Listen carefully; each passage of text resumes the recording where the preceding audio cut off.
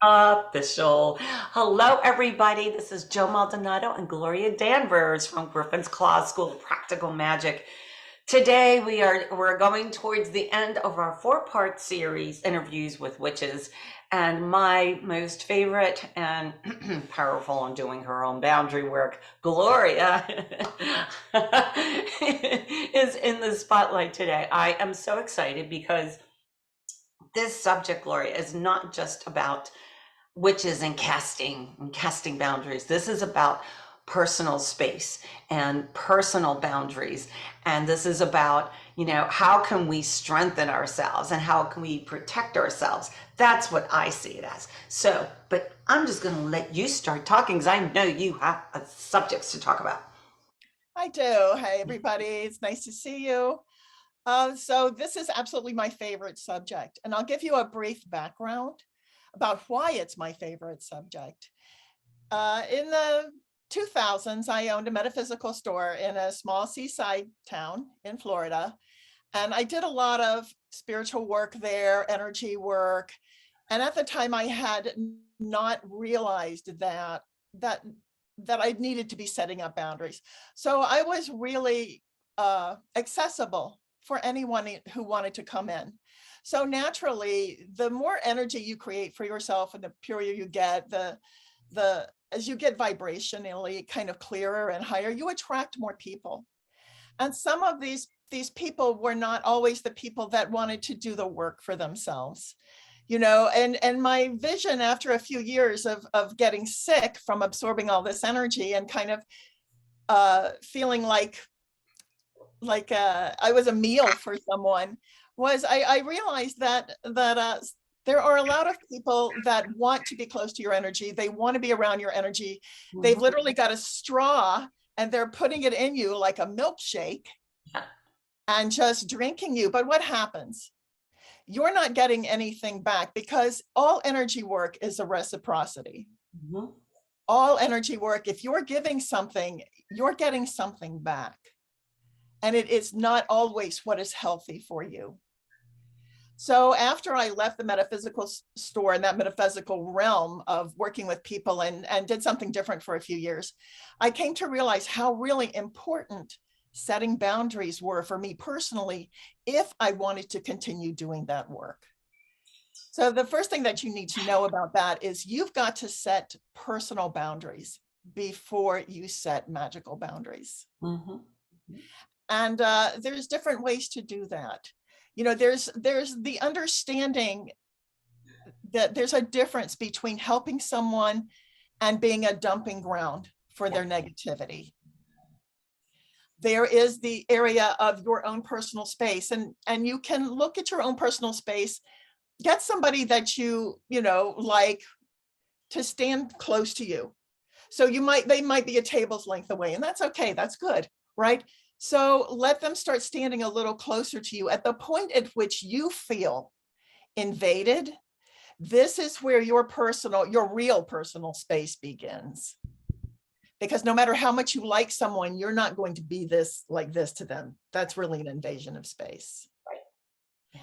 So setting that boundary means that no matter how much you love somebody or care about someone, you have to make sure that you're set first, that your bucket is always full. And the only way to do that is by building up your personal space and your personal boundaries. So in other words, you can still do the work that you do. You can still work with people that you want to work with, Mhm. but you're doing it from outside your personal space. Mhm. So Mhm. they get the benefit of your work, but they're not always able to reach across the boundary, the energetic divide, to put that straw in. Right.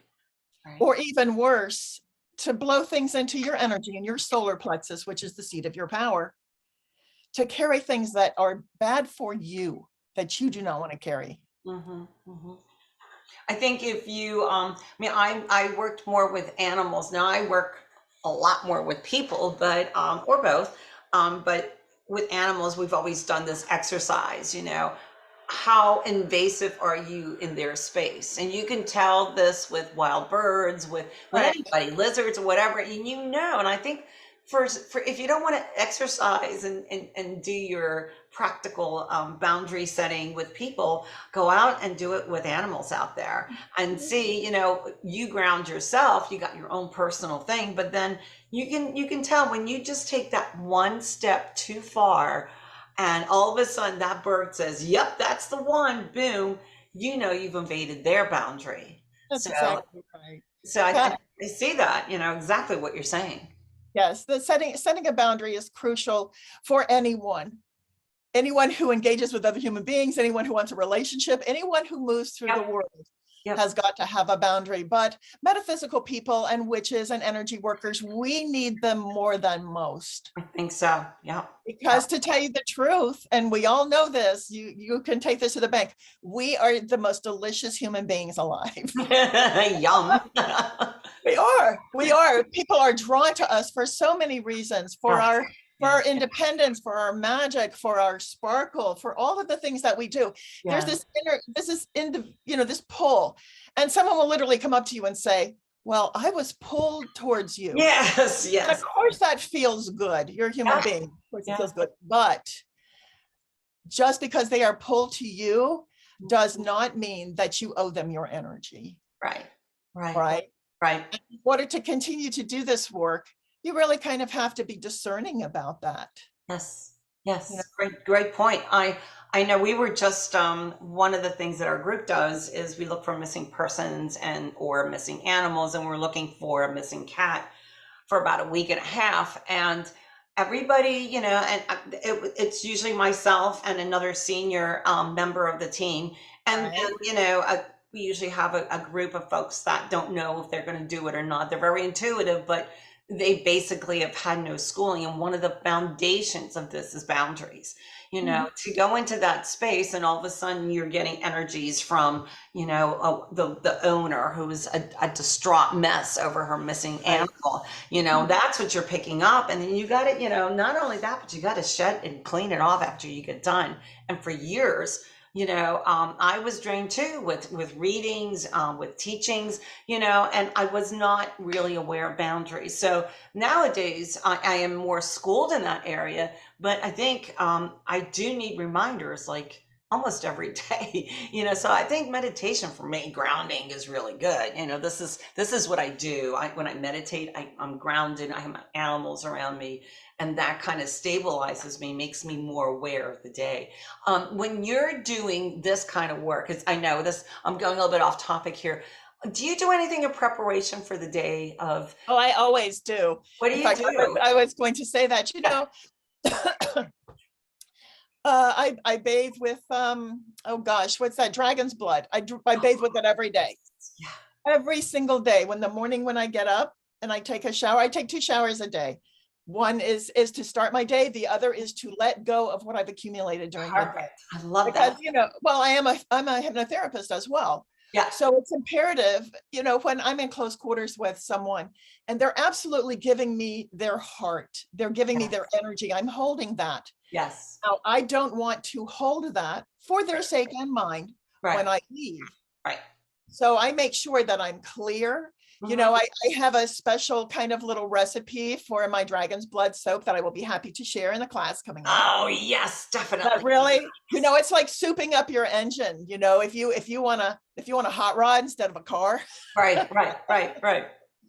So yeah, I absolutely do. I bathe with dragon's blood. I meditate. I protect myself, and it's just a courtesy to everyone around me. But this is one of the things that allows me to move through the world. Yeah.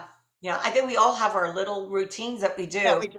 Will you be going over some of that during class too? I absolutely will. I have a lot of things to go over during class. Casting personal boundaries is the beginning step. And then there's the casting of magical boundaries as well. So I will be teaching some of that in the class, and it's pretty exciting. Yeah. So can anybody cast boundaries? Absolutely. You have to look at it this way. Once you start once you start setting your own personal boundaries, that's the automatic step. Why would you step on the first step and then Mhm, not step on the second and the third and the fourth. As you get more confidence, it actually frees you to be yourself, mm, because instead of all of these conflicting energies coming in on you and demanding to be heard and mhm, demanding to be absorbed, mhm, you literally have a force field around you that you see them, mhm. you can help within that space, but they're not uh, coming into that sacred space that you've created for yourself. Yeah, yeah, absolutely. I have one of the questions. Um, how do you know if you need to set a boundary? So I think we talked about that, how you need to know. I certainly, I think I'm the kind of person I kind of have to trip over my own feet a couple times before I go, if I only set a boundary, I think I would be okay today, and so I think that it's a simple question. How do you know? But I think most of us have been to either someone's house, to an event, even to the supermarket, where all of a sudden you get this, like I get, when I'm overwhelmed by too much energy of people and I don't have my boundaries out, it's almost like I can't breathe. It's like, oh, gotta go, and I think that is like to the most extreme end when something like that happens. So how great it is to do preventative work so you can strengthen up your boundaries. So before you go out to the market or the stores or wherever you're going, you kind of set that intention in place, set and go through the routines that you'll be talking about on Saturday and go through them. And then once you get there, you're all set. You don't have this issue. There's a super powerful magic word, and I use it with abandon. It's no. You do say You're, that. Yep. if you're not comfortable saying no True. when something is encroaching on you, Yeah, yeah, suppose you've got a best friend, they're having a hard time, yeah. right? And every day you listen to it and you listen to it and you listen to it, and you want to help this person, but they're kind of disregarding the help. They're coming to you for help, Yep. right? But this is In not what's really there. happening. What's really happening is that they are using you as a dumping ground for their negativity. Now, why does that matter? Because you work from your solar plexus. This is the seat of your power. Hmm. Negativity from somebody else goes right into the belly. It Hmm. makes you sick. It makes you vulnerable to what else is happening during Hmm. your day. Now, I would never say don't be compassionate. Here's where you learn to set a boundary. This is one of my favorite, and it's easy to do, and it's a gift, right? Today, Yeah. what you want to do is say, look, I love you, and I know you're having a really hard time, but this is making me sick. Yeah. So let's do this. You're going to tell me everything that's wrong for 15 minutes. Hmm. When the 15 minutes is up, we've got to talk about something else. Yeah. We talk about something that's good in your life, that feels good, that's positive. Just because someone else, That's great. That it is. is. You know what? And for you guys that are listening to this is not offensive to other people. What this is a loving wake up, Hmm. right? That you are engaging with them too. Yeah. And actually, you're doing them a favor because you're forcing their brains to hit another track. Yeah. People get so immersed in their sadness and what's happening. But with the words are magic. Every time you say it, it lives, Mhm. it's got a life Yeah. that you're carrying around. And then now you're putting this life into me, and I Mhm. have to say no. Yeah. Yeah. I love you. I will listen for 15 minutes. Yeah. After that, the conversation has to change, or we cannot be together. Right. Right.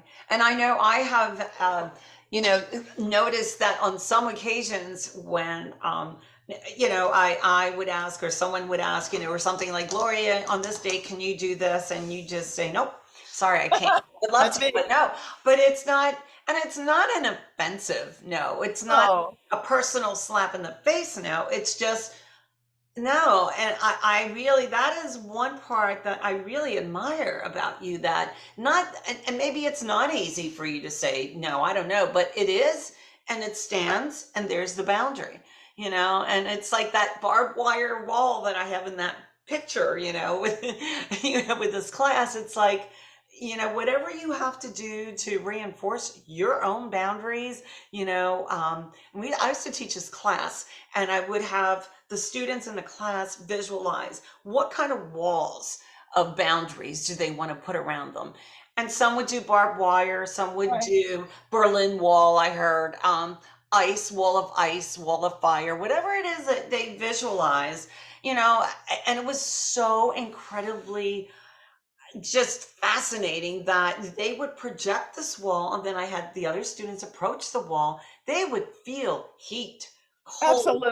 prickly stuff. Absolutely. I mean, and it works. It works. So I wanted to ask you on the casting of boundaries part of the name. Is there such a thing that you do as casting? And how would you describe casting?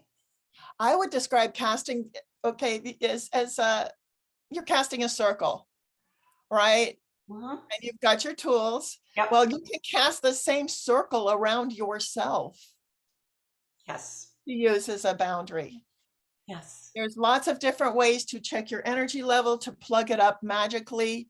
You know, if you want to walk through the world and not be noticed, and I do that frequently, Yeah. you know, you can take you know, the gods and goddesses and the wise men and wise women who would walk through the world as old and ancient people to be Mhm. unseen, Yep. you know, that you can glamour yourself. You know, you can cast magical boundaries outside that so that people don't see Yeah. you, Yeah. they don't feel you. So there's several different ways that you can use magic to cast boundaries, Yeah. definitely. So can you cast an invitation as a selling the house, an invitation, you know, this house is magically inviting you to move in, you know, can you do something Sure. like that as But you opposed to also have to make sure the occupant is on board. I know. A house can only be what the occupant allows. Right, right. I'm looking at Yeah. one of your statements here. Going back to the no. If it doesn't feel good, say no. And that's Yeah. going into your gut, your intuition. If it Uh-huh. doesn't feel good, say no. Sorry, I just wanted to segue to this because I know you had some notes on today's conversation. Right ahead. Pardon me? I said, go right ahead. Oh no, I'm just reading them. So you're saying you don't owe an explanation, but if you feel you must, you can say your situation isn't good for me, which Right. is again, no. I'm sorry. It's just not working for me. It's Here's or the just thing. no. We're just saying no. You have to trust the relationships in your life Yeah. and enough to understand that this is on the table. If people are at your table because they want to feed and you say no, it Hmm. is no great loss if they get up from your table and they walk away. Right. Right. Because with every exchange, energy exchange, there has to be reciprocity. Right. Right. You know, in the most beautiful of transactions, the gardener is rewarded by the flower. Yes. Exactly. No, it's real simple. If there's no flowering, if there's a constant Mhm. watering and a constant giving of yourself to barren ground, or a seed that will not fulfill its function but just keeps kind of absorbing, Mhm. then there's no reason for you to keep pouring your energy on that. There's no reason for you Yeah. to continue to be there. You know, and we love the gifts that we have. We love them so much. And Yeah. We do. I personally love human beings. You know me, I always say I love humans better than animals. I do, shoot me. I know. Well, You I'm the know, I opposite. love I them. understand. But I also understand the Yeah. power Yeah. of a human being taking what I'm giving and then creating their own magic. And that's kind of the way that it has to be. Yeah. So people will come to us and I want to learn this and I want to learn that. And you, of course, you want to do that, Yeah. but you have to discern the place Yeah. where the mentoring all of a sudden becomes, I'm having a really bad day. I need you. Yeah, No. yeah, yeah, yeah. Okay. And I think people like us have a tendency of being more empathetic than others Right. because we've trained ourselves, you know, to be in tune. And I think again, even in trying to be understanding, I know when I'm talking to a client, and rather than going into the situation, I try to kind of look at it above as though I've got this perspective of objectively viewing what's going on.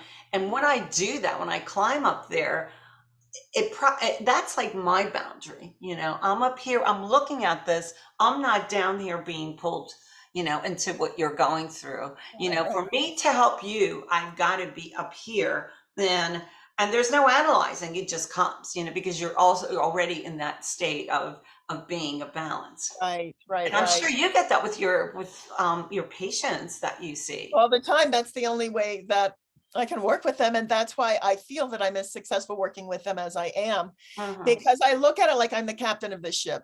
Yeah, Okay. If the storms are rough, my client doesn't need me to get down in the hold with them and cry and scream. They need exactly. me to stand in the front of the ship and continue to navigate so that they can get where they're going safely. And in Right. order to do that, I can't take in their fear. I can't take in all of that. You know, Hmm. we are for teaching them how to transform themselves. Hmm. And sometimes you have to hold a steady boundary in being able to do that. Hmm. And I know when I'm talking, and perhaps you do this too.